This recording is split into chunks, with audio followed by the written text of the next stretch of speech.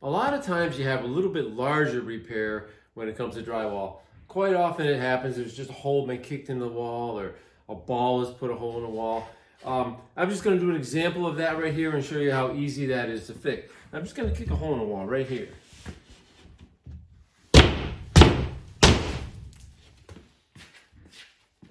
Now that looks pretty bad, right? I'm going to show you how easy that is to fix, and the key thing here is I'm going to keep it to a minimum. I'm not going to make this a larger repair than it really has to be. So let me show you what I'm going to do. First thing I'll explain is I'm not going to cut it back to the studs. They have a stud right here and another one over here. I'm not going to make this so big because I don't need to attach it to that stud. So I'm just going to cut a scrap piece of drywall a little bit larger than the actual damaged area. So what I have here is a scrap piece. So I'm just going to cut the width about like this.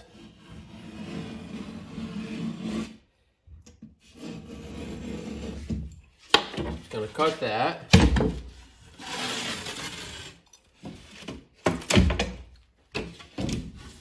So now I have a nice width. Now I'm just going to cut the height. Going to go a little bit larger.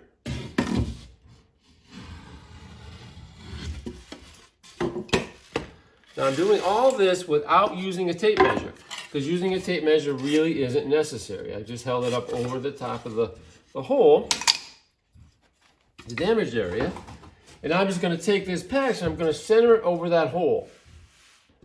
Then, because this isn't necessarily a square, I'm going to put an X on the top and an X on the drywall. That way I can orient it more easily later on. So there's the size of the piece of drywall that I'm going to remove. Take my utility saw.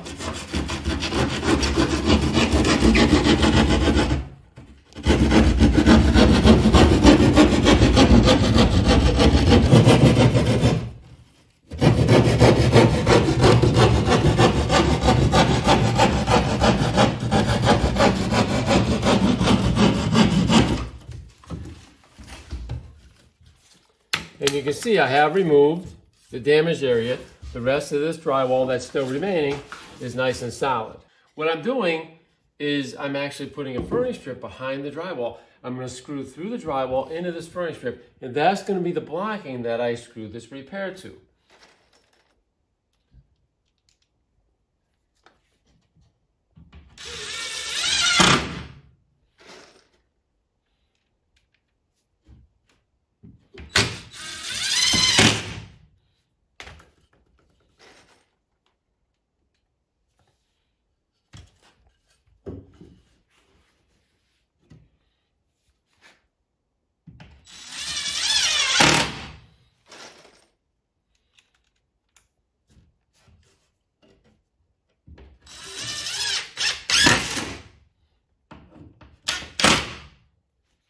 Because this is a little bit of an unusual little repair because it's right next to this outlet, I'm actually going to put a block along the bottom as well.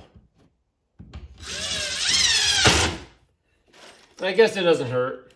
It's going to make it better if I did this to start with anyways.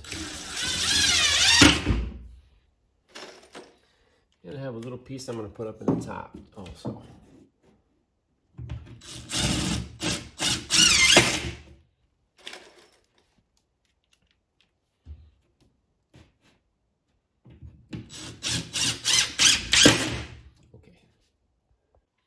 This is an impact driver that I'm using, and I have the adjustable dimpler attached to an impact driver.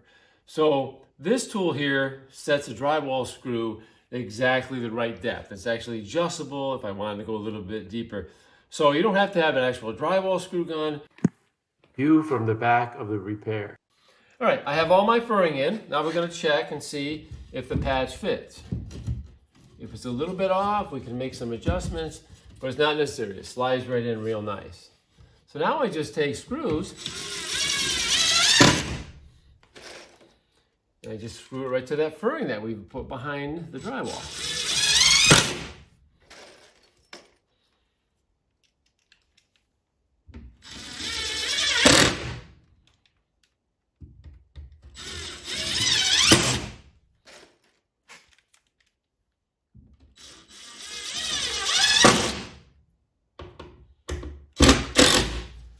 There. So what we've done, we've kept the repair to minimum. We hadn't gone all the way to the framing. And this makes a flatter patch, because if I were to actually cut to the framing or even right along the edge of it and put a little furring strip on there, it just becomes more and more complicated, and it's harder to get a flat surface. See, because I've got the furring strip right behind it, now I attach this patch to it, it's nice and flat. Then I can just tape this. I usually use a mesh tape and joint compound, and I'm ready to go.